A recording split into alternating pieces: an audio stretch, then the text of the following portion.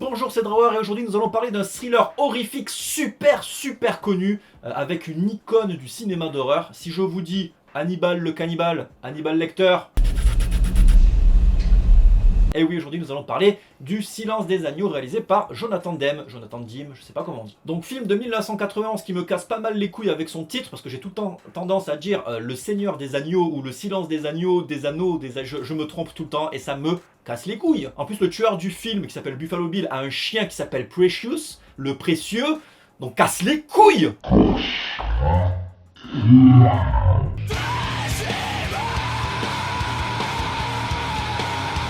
Alors de quoi ça parle le Silence des agneaux? Eh bien nous suivons une jeune stagiaire du FBI.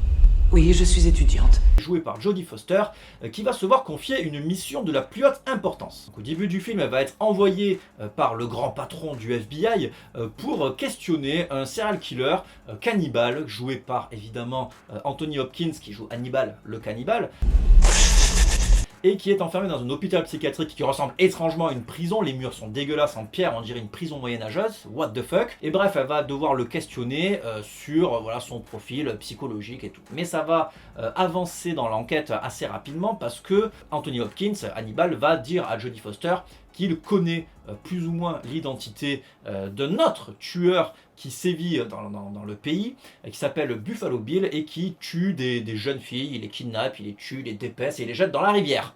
La gaieté. C'est un vilain garçon, celui-là. Le problème c'est que le temps presse et qu'il y a une jeune fille qui vient d'être enlevée, qui est la fille d'une personne importante au gouvernement. Oui, je vous en prie. Et donc il faut vite la retrouver, c'est important parce que sinon elle va être tuée par Buffalo Bill, elle va être dépecée et tout, enfin ça va être une horreur. Mais le problème c'est que Hannibal est plutôt joueur et il va s'amuser avec Jodie Foster, avec son personnage donc Clarice. Il va la titiller pour en savoir un peu plus sur sa vie personnelle parce qu'il va s'éprendre un peu d'amour pour elle, enfin on sent qu'il est un petit peu intéressé par son cul. On va finir par croire qu'on est amoureux l'un de l'autre. D'ailleurs, tout le monde est intéressé par le cul de Jodie Foster dans le film, mais ça on y reviendra plus tard. Et donc Hannibal fait galérer Clarice pour lui donner des infos, il faut que ce soit donnant-donnant. Quid pro quo. Quid pro quo. I tell you things, you tell me things. Ce film a eu un grand succès commercial et un bon accueil du public et c'est totalement mérité. L'enquête se met en place rapidement, on est rapidement dans le film, les portraits dressés des personnages sont établis super rapidement eux aussi, donc on sait à qui on a affaire, on sait qui est dans quel camp et on sait où se placer en tant que spectateur. Et le réalisateur veut nous placer clairement à la place de Jodie Foster, qui est l'héroïne du film, je le rappelle. Oh my God! Il faut savoir que le personnage de Clarice, donc de Jodie Foster, est un personnage assez fragile. C'est une petite femme toute mignonne dans un monde d'hommes et tous les antagonistes la regardent avec méchanceté, avec envie, avec désir, avec certains regards pervers. Et donc nous on est à la place de Jodie Foster parce que souvent les personnages font des regards directement caméra, comme si nous étions à la place de Jodie Foster, à la place de son regard. Donc ce qui est très oppressant. Hear the screaming of the lamb. Et donc comme je vous l'ai dit, Clarice est une femme très belle, enfin Jodie Foster est très belle dans le film, et tous les hommes du film la regardent avec envie, ils veulent se la taper, et être une femme à l'époque dans le monde, dans le milieu de la police, c'était mal vu. Et on peut le voir dans certaines scènes, quand elle est en train de courir, elle se fait mater le cul, quand elle est dans l'ascenseur, tout le monde la mate bizarre. Le regard des hommes est abject sur elle. Feriez-vous du plat, docteur? Oui. Et c'est ça qui m'a un petit peu dérangé dans le film, c'est que les hommes sont de gros dégueulasses, sont de gros détraqués. Le portrait qui est peint des hommes est abject. Nous recevons de nombreux détectives ici, mais jamais encore je n'en avais vu de plus séduisant que vous. Alors je veux bien entendre qu'il est difficile pour une femme à cette époque d'évoluer dans un monde d'hommes, ça c'est clair, je dis pas, mais en tout cas elle fait très bien son taf et c'est ça qui suffit en tout cas aux spectateurs de voir qu'une femme peut s'en sortir. Il n'y a pas besoin d'appuyer lourdement sur le fait que les hommes sont des gros dégueulasses et des gros détraqués qui la regardent, voilà. Le faire un petit peu ça va, mais là c'est vachement appuyé tout au long du film et c'est un peu chiant parce que c'est vraiment tous les personnages quoi. Veuillez nous laisser. Donc ouais, c'est bien de faire une critique de la société machiste et tout, pas de souci, mais y aller au forceps, non. De plus, je trouve que le background du personnage Buffalo Bill, qui est quand même le serial killer qu'on recherche, enfin voilà, par le biais, grâce à l'aide de Hannibal Lecter, ce personnage, je trouve qu'il a un background qui est à peine comme ça donné, il y a des petites pointes qui sont données par-ci par-là, il y a des posters de nazis sur les murs, on sait qu'il aime les papillons, on sait qu'il veut changer de sexe, on sait qu'il est mal dans sa peau, enfin voilà, on sait ces choses-là, mais je pense qu'il y avait des choses beaucoup plus intéressantes à savoir sur lui, pourquoi il en est venu à être comme ça, quoi. Enfin, je veux dire, on a des hypothèses comme quoi, voilà, il aurait demandé à changer de sexe, que ça aurait été refusé et tout ça, mais on n'en sait pas beaucoup plus. Ensuite, il y a des moments qui sont quand même très prévisibles, notamment sur la fin et le fait de sonner à la maison. Bon, le moment aussi où Anthony Hopkins se rebelle contre les gardes. Bon, ça aussi je l'ai vu venir. Bon, c'est très bien, attention, je dis pas, mais je sais pas, peut-être qu'à l'époque ça se passait mieux qu'aujourd'hui, mais le revoir en 2020 comme ça, c'était un peu compliqué pour moi. Bon, j'ai adoré le film, hein, je trouve qu'il a plein de qualités, je chipote un peu, mais il n'est pas parfait non plus. Voilà. C'est-à-dire qu'en termes de fond, c'est aussi subtil que Jérôme Le Banner dans le rôle d'Amélie Poulain. J'ai vraiment apprécié cette touche d'humour noir. La musique, quant à elle, sent très fort les années 80, si on met de côté Bach, évidemment, parce que c'est toujours très stylé d'écouter de la musique classique quand on est un serial killer. Hein. Franchement, la musique est pas mal, la tension est super forte, notamment quand les flics arrivent dans la pièce où Anthony Hopkins a fait un carnage. J'adore. Bon Dieu.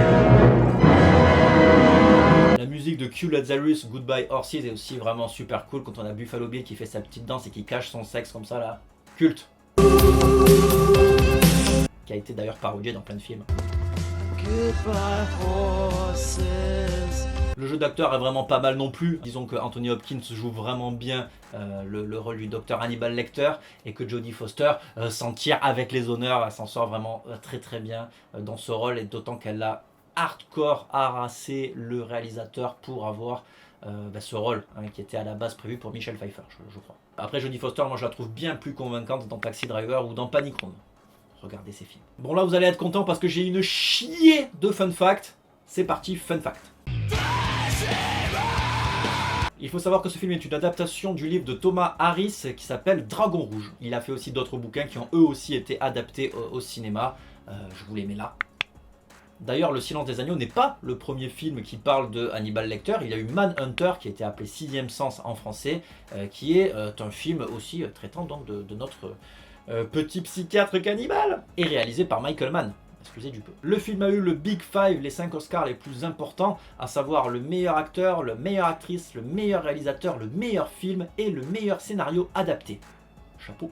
Sur l'affiche du film, on peut voir le papillon sphinx à tête de mort, et si on zoome dessus, on peut voir le corps de 7 femmes entremêlées entre eux, et ça c'est une référence à Dali, une de ses œuvres, que je vous mets ici. Le film regorge de caméos, notamment Jonathan Demme, le réalisateur du film, qu'on peut voir à la fin du film, ici. Il y a aussi George Romero, qu'on peut voir ici, mais aussi Roger Corman, qui est le pape de la série Z, que l'on peut voir en directeur du FBI, ici. Il y a aussi Chris Isaak, what the fuck, le chanteur de Wicked Game, qu'on peut voir ici. Il y a une rumeur comme quoi Anthony Hopkins ne cligne jamais des yeux dans le film, mais c'est faux, il cligne plusieurs fois des yeux dans le film. Par contre, on le voit que 16 minutes à l'écran, et avoir un Oscar quand on fait 16 minutes sur un film, c'est quand même plutôt pas mal. Dans la cellule d'Hannibal Lecter, on peut voir un dessin de Clarisse inspiré de la Piété, où on peut voir qu'elle berce un petit agneau. On peut voir aussi un magazine de Bon Appétit. Je craque déjà. Au revoir. Et bon appétit, bien sûr. Un magazine culinaire, parce que dans le bouquin, il faut savoir que Hannibal Lecter écrivait des critiques culinaires. Ce bon Alexandre Astier, le réalisateur des Kaamelott, que vous connaissez tous j'imagine, a un compte Twitter, et sur son compte Twitter, il a le pseudo SGT Pembry. En fait, c'est le pseudo, en gros c'est le sergent Pembry, c'est le personnage qui se fait arracher la face par Hannibal Lecter dans le film. Buffalo Bill est un serial killer qui est inspiré de 3 autres serial killers, à savoir Ed Gein, Gary Ednick et Ted Bundy. Hannibal Lecter serait aussi inspiré du monstre de Florence, un serial killer qui sévissait donc à Florence, et c'est pour ça qu'on peut voir que Hannibal Lecter dessine la ville de Florence comme ça de mémoire. C'est un hommage à ce serial killer. Un fun fact que j'aime beaucoup, c'est que dans la scène où Hannibal Lecter se moque de l'accent de Jodie Foster, de Clarisse, eh bien en fait c'était improvisé par Anthony Hopkins, et du coup comme elle a vraiment un accent, Jodie Foster, elle l'a vraiment mal pris sur le coup, et sa réaction est vraie. Vous êtes perspicace, docteur. Le fait qu'Hannibal Lecter soit habillé en blanc lors de son transfert d'hôpital est une idée de Anthony Hopkins, parce qu'à la base il devait être habillé en orange, mais comme il aime pas trop les dentistes, il lui trouve que ça fait peur, et le côté blanc comme ça allait bien au docteur Lecter, et donc Jonathan Demme a gardé cette idée. Il faut savoir que le FBI a beaucoup contribué au film, il les a aidés en leur donnant leur façon d'opérer, en leur expliquant comment ils travaillaient, et du coup le film a un petit peu plus de réalisme grâce à leur aide. Hannibal Lecter est arrivé premier en haut de la liste de l'American Film Institute sur les plus gros vilains de l'histoire, les plus gros méchants. Il faut savoir que Freddy Krueger par exemple est 40e sur la liste, donc quand même. Il y a une histoire aussi super intéressante avec John Hinckley et Jodie Foster. Il faut savoir que Jodie Foster, quand elle était adolescente, a été harcelée par un gars qui était complètement fou d'elle et qui a tiré sur le président Reagan. Et donc il a été emprisonné pour ça et il aurait dit que c'était pour impressionner Jodie Foster.